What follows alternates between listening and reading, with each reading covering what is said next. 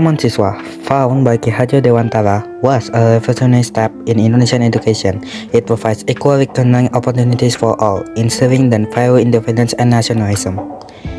Budi Utomo, Indonesian first modern nationalist organization, was led by six prominent figures: Dr. Wahidin Sudisono, Dr. Sutomo, RT Aryatikusumo, Raden Mas Gunawan, Mangkukusumo, Raden Mas Yogi Mangkukusumo, and Jipto Mangkukusumo. The Budi Utomo Congress marked a new era of national awareness, bringing together intellectuals who debate Indonesian future and path towards sovereignty.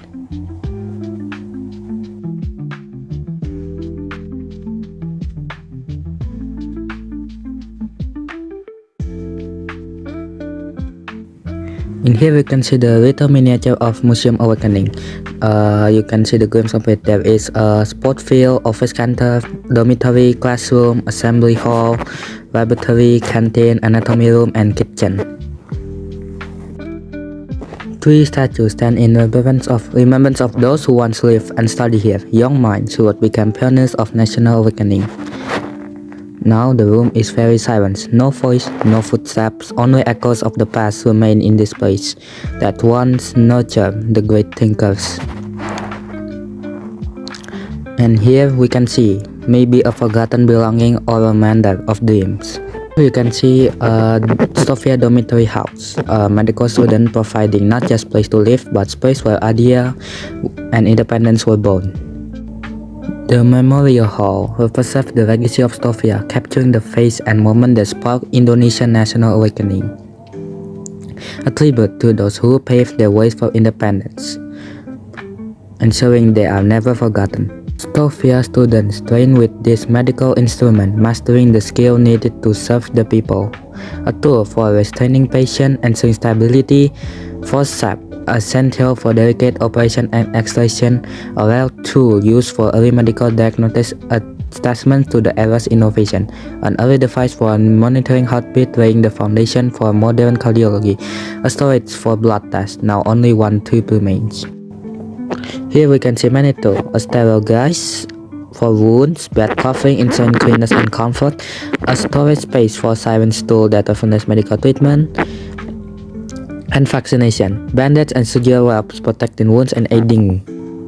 Next, we can see there is a photo of Dr. William, who played a crucial role in advancing medical science, dedicating his life to treating and preventing disease in the archipelago. During his time, outbreaks infectious disease posed several threats, pushing doctors and students to the front lines for medical research.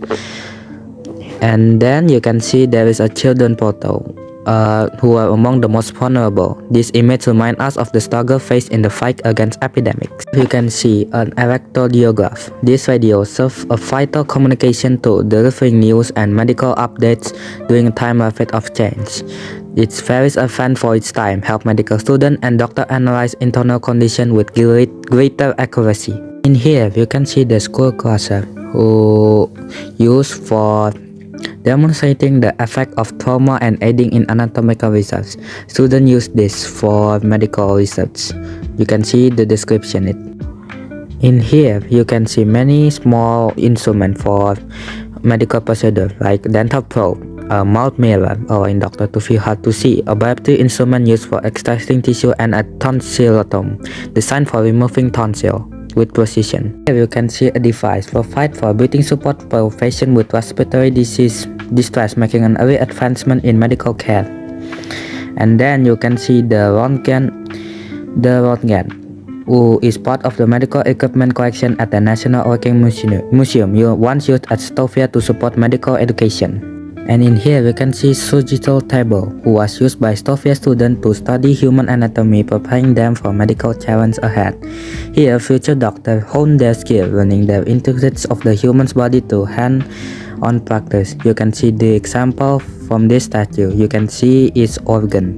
In here you can see a desk, and this chair once belonged to the director of Sofia, where important discussions were made regarding medical education. Standing here are statues of influential figures who play a role in shaping Sofia's legacy. And then you can see here there is three statues who represent symbolizing intellectual and change that took place within this world. You can see they may be discussing something. And then you can see an Underwood typewriter was a powerful tool of its time, used to document ideas. And then you can see Tirto Adisujo, a pioneering journalist and activist who used writing to fight for justice and inspire change. Here you can see four statues represent important figures who play a role in shaping Indonesia. Through their ideas, struggle, and dedication, they contribute to the development. Museum Kebangkitan Nasional bukan sekedar tempat menyimpan artefak, tetapi juga saksi bisu perjuangan pendidikan kebangkitan intelektual di Indonesia. Di dalamnya kita melihat jejak perjuangan para pelajar Stovia yang tidak hanya belajar ilmu kedokteran tetapi juga menanamkan semangat kebangsaan. Keberadaan museum ini juga memberikan dampak bagi lingkungan sekitarnya dengan tumbuhnya berbagai usaha kecil yang mendukung dan melengkapi pengalaman berkunjung. Museum dan usaha masyarakat di sekitar saling melengkapi, menciptakan ekosistem budaya dan ekonomi yang hidup, menjaga sejarah tetap relevan bagi generasi masa kini dan mendatang. Sekian dan terima kasih. Senandungkan lagu ini atas rindu di hati, berlutut di lantai bumi, bersedih menyepi. Toreng kisah, senandung kasih, maafkan Tuhan. Oke, halo. Di sini saya sudah berada di Museum Kebangkitan Nasional dan saya sedang bersama dengan Mas Jailuddin. Mas Jailuddin. Di sini saya akan menanyakan beberapa pertanyaan mengenai Museum Kebangkitan Nasional. Mas, di sini sebelumnya saya mau bertanya, ini museum berdiri sejak kapan ya? Kalau Museum Kebangkitan Nasional, gedungnya sendiri berdiri dibangun sejak 1899 dan selesai dibangunnya itu 1901. Jadi bangunan ini masih asli dari 1901. Iya. Dulunya ini dipergunakan untuk dulu gedung ini dipergunakan untuk sekolah Stovia, School of Learning and Airline Surgeon atau sekolah kedokteran Bumi Putra. Setelah itu juga pernah digunakan untuk sekolah apoteker dan sekolah mulok. Untuk sekarang sendiri Museum Kebangkitan ini ada apa aja sih yang bisa kita lihat di museum ini? Kalau di Museum Kebangkitan Nasional sendiri untuk sekarang ada banyak hal yang bisa kita lihat. Ada koleksi-koleksi, ada sejarah Stovianya, ada sejarah kebangkitan nasional, dan juga ada beberapa peralatan kedokteran pada masa itu. Dan ada juga yang paling penting di pojok ada tempat berdirinya organisasi Budi Utomo pada 20 Mei 1908. Kan tadi kita udah bermuter dan melihat ada asrama di sebelah sana itu. Iya. Untuk barang-barangnya masih asli atau? Untuk barang-barangnya tempat tidurnya itu replika. Oh, replika. Replika tempat tidur, lemari, terus ada koper itu replika. Karena yang asli di 1926 dipindah ke Salemba yang sekarang menjadi Rumah Sakit Dr. Cipto Mangunkusumo dan sebelahnya lagi menjadi FKUI. Iya. Berarti kurang lebih yang ada di sini Udah replika. Dan pertanyaan di sini sering mengadakan event apa aja? Untuk event banyak. Ada MUN juga, Modal United Nation, itu lomba debat bahasa Inggris. Terus ada hari kebangkitan, biasanya juga mengadakan event. Terus ada pameran juga. Terus ada kemah museum juga. Oh, kemah museum. Iya. Terus ada pementasan seni juga. Untuk hal itu banyak. Nanti kalau untuk lebih detailnya ada event aja, ada event apa aja bisa lihat di sosial media museum, bisa lihat di Instagram langsung. Berarti untuk mengetahui info lebih lanjutnya bisa ke Instagram. Iya, Museum Kebangkitan Nasional. Karena nanti event-event yang akan diadakan di museum pasti di-share ke Instagram.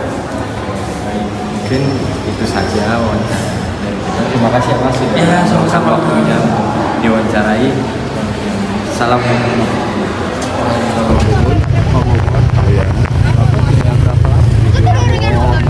Museum yang lumayan lama ya berarti. Kalau di sini ada peningkatan jumlah pembeli nggak Pak? Ya lumayan lah, ada ini pun agak kecil. Kalau faktor utama pendorong yang membuat usaha Bapak lumayan ramai.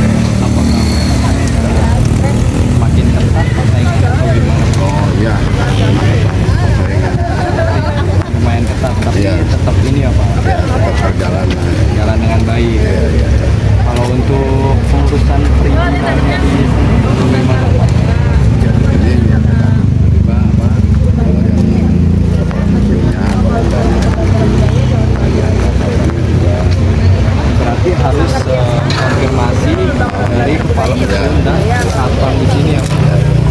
Apakah dikenakan biaya? Bersih aja gitu, rapi, buat lebih pulang, banyak gitu. Oh, berarti harus bersih dan dikenakan biaya. Dukungan yang diberikan dari pengelola museum ini usaha-usaha gitu. Kalau banyak pedagang minimal segini aja, nggak boleh melebihi. Soalnya pedagangnya hatinya ya.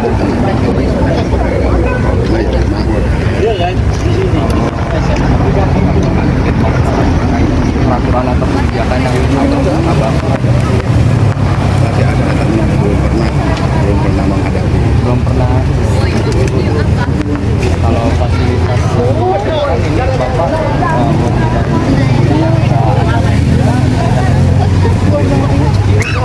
kalau ada kegiatan event atau bapak bapak pernah diajak kolaborasi? Lurus aja. Kasih tahu gitu. Kapan latihan. Kasih tahu dan mereka mensupport juga secara dan apa harapan bapak untuk UMKM di sekitar sini, sekitar Museum Kebangkitan Nasional? Apakah bapak berharap mendapat dukungan dari pengelola atau pemerintah?